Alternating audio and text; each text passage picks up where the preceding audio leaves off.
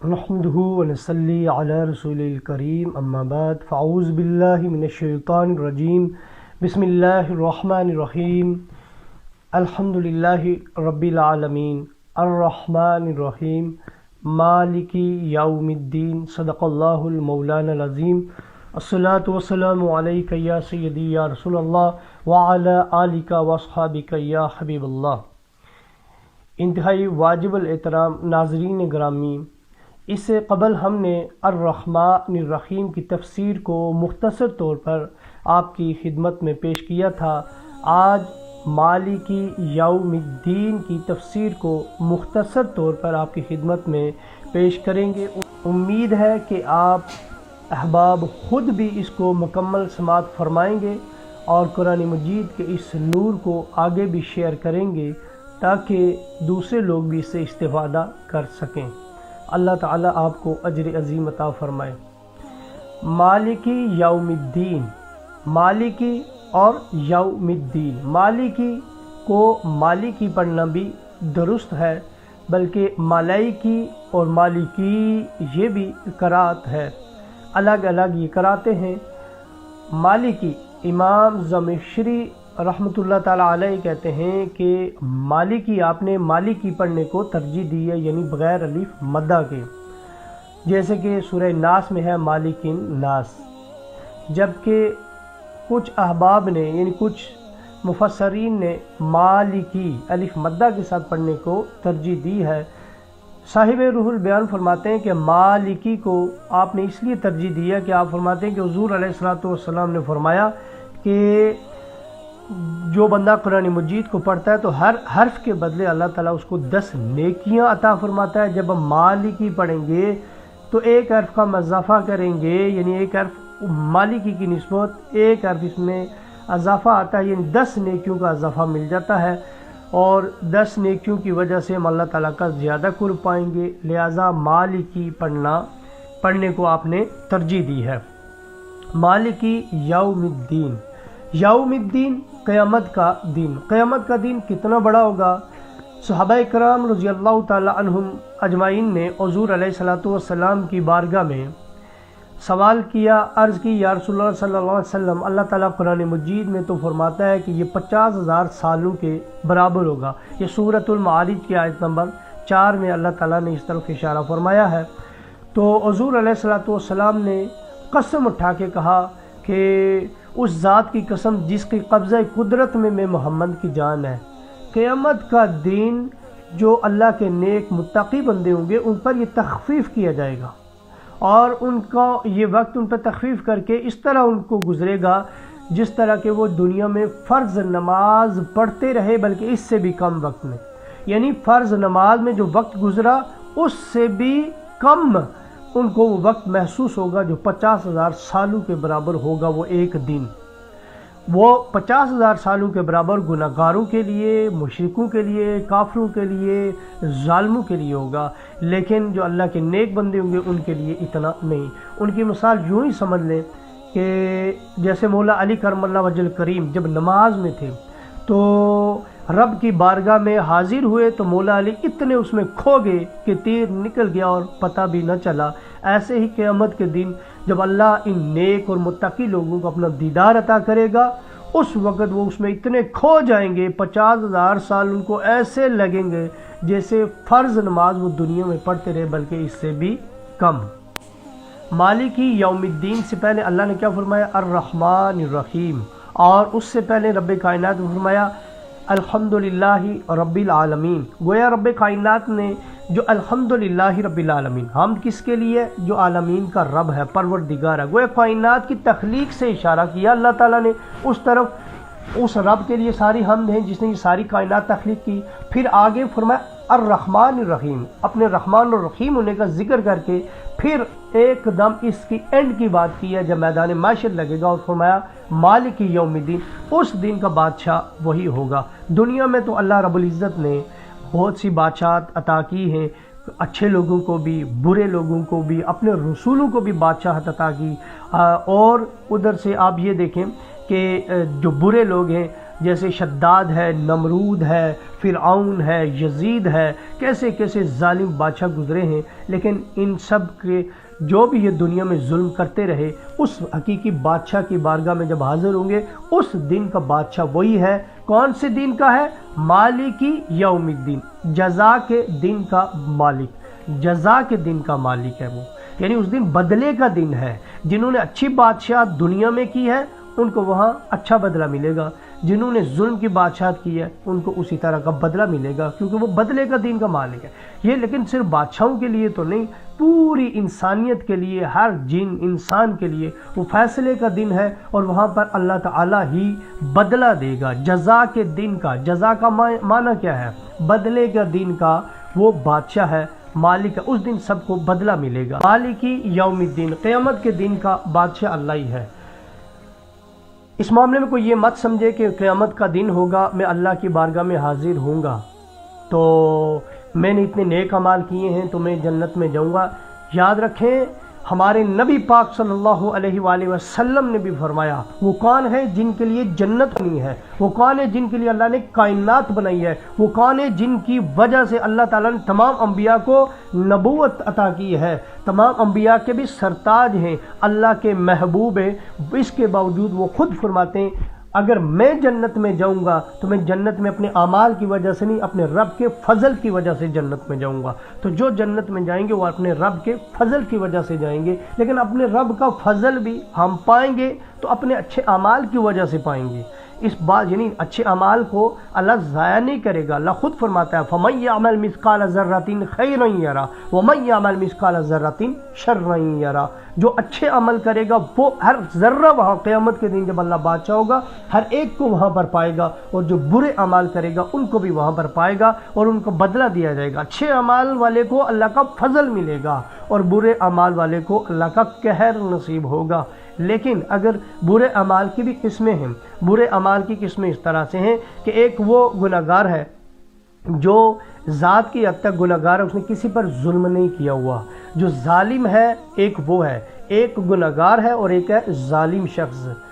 تو اب ان میں سے اللہ نے فرمایا کہ وہ الرحمن الرحیم ہے، پھر مالک یوم الدین۔ تو یہ مت سمجھیں کہ اللہ تعالیٰ اس دن رحمان الرحیم تو ہے تو پھر اس کا مطلب ہے کہ اللہ تعالیٰ کی چونکہ صفات ہیں اور اللہ کی کوئی صفات کو ہم یہ نہیں کہہ سکتے کہ وہ بڑھ جاتی ہے، نہ وہ کم ہو سکتی ہے نہ وہ بڑھ سکتی ہے، اس کی کوئی حد نہیں ہے نہ اس کا کوئی اینڈ ہے۔ تو اللہ تعالیٰ قیامت والے دن بھی الرحمن الرحیم ہے، تو کیا سب کو معاف کرے گا؟ اگر سب کو معاف کرے گا اس کا مطلب ہے ہم اللہ کو الرحمن الرحیم نہیں مانتے۔ اس کی مثال میں آپ کو دے رہا ہوں کہ جیسے آپ کے پڑوس میں کوئی جج رہتا ہے اور آپ جج کے گھر کو پتھر مار کر اس کے شیشے کو توڑ دیتے ہیں، اس کی کھڑکی کا شیشہ توڑ دیتے ہیں، لیکن اس پر اگر جج آپ کو معاف کر دیتا ہے آپ کہہ سکتے ہیں کہ جج بڑا رحم والا ہے، بڑا کریم ہے، جج بڑا مہربان ہے، اس کا شیشہ توڑا تو اس نے معاف کر دیا۔ لیکن اگر آپ پتھر اٹھا کر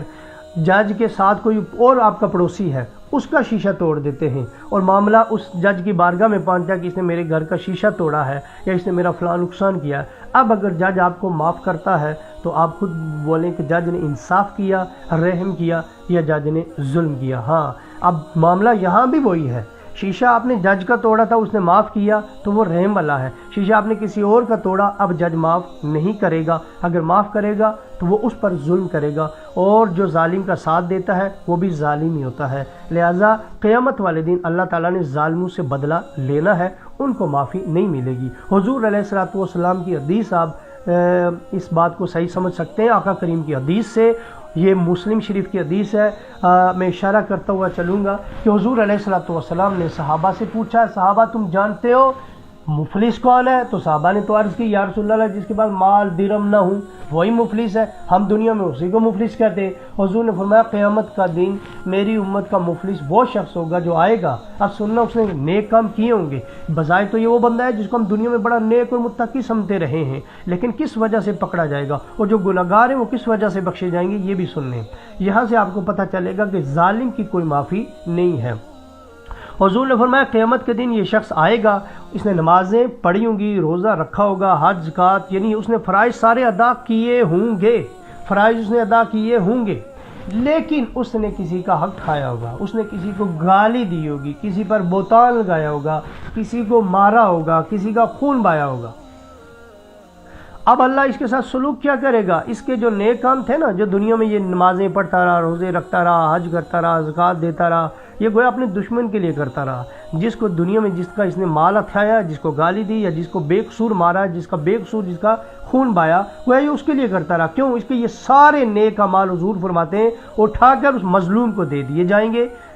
جس کا اس نے حق چھینا تھا، چاہے گالی دی تھی بے قصور، چاہے مارا تھا، چاہے خون بہایا تھا، چاہے اس کا کوئی حق چھینا تھا، اس پہ بہتان لگایا تھا، سب اس کو دیا جائے گا،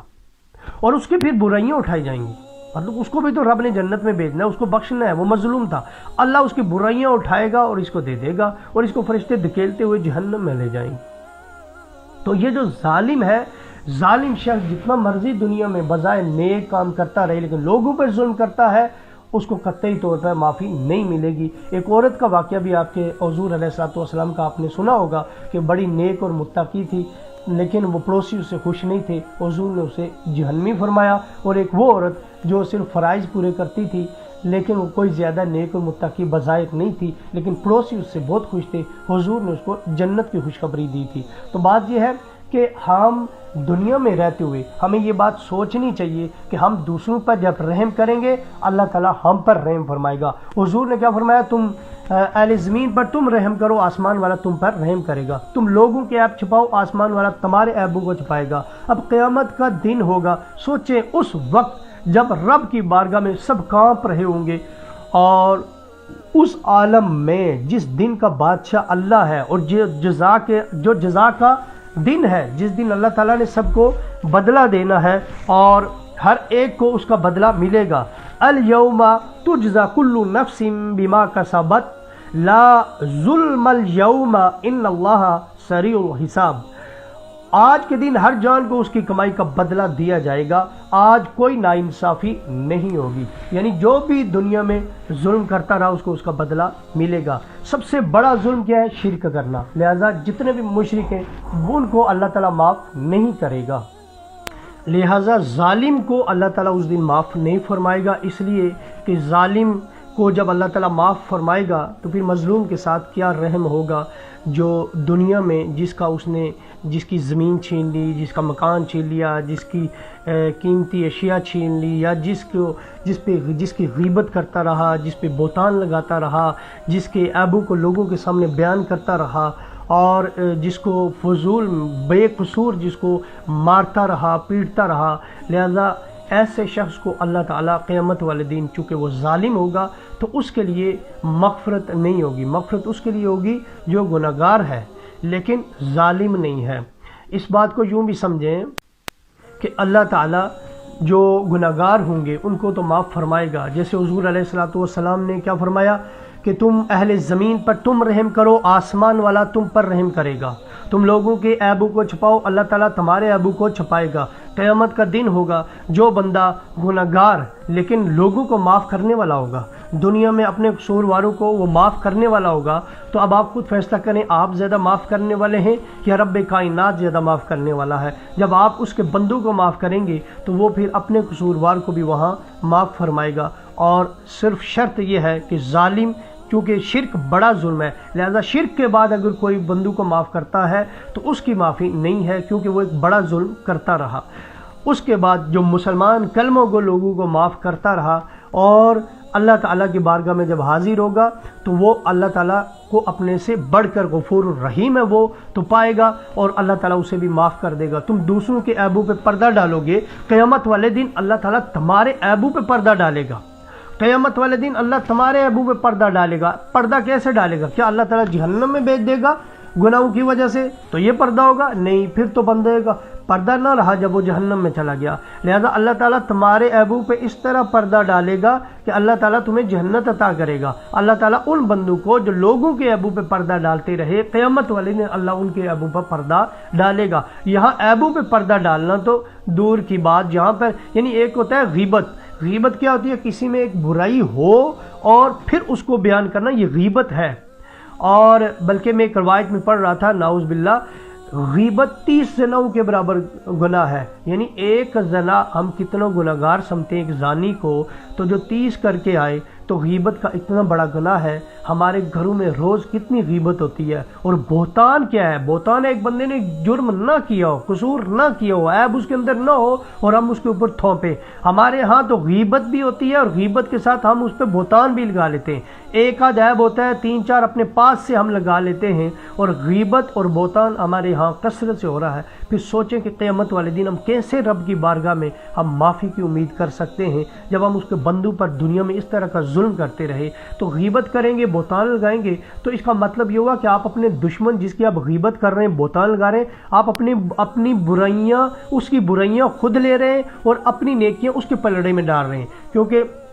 جس مسلم شریف کی حدیث کا میں حوالہ دے چکا ہوں اس کے مطابق تو یہی ہوگا کہ اللہ تعالیٰ جس پہ تم بہتان لگاتے رہے اس کے گناہ اٹھا کر تمہیں دے گا اور تمہاری نیکیاں اسے دے گا۔ اس لیے ہمیں چاہیے کہ ہم دنیا میں، یعنی مالک یوم الدین، جزا کے دن کا اللہ مالک ہے، اس نے بدلہ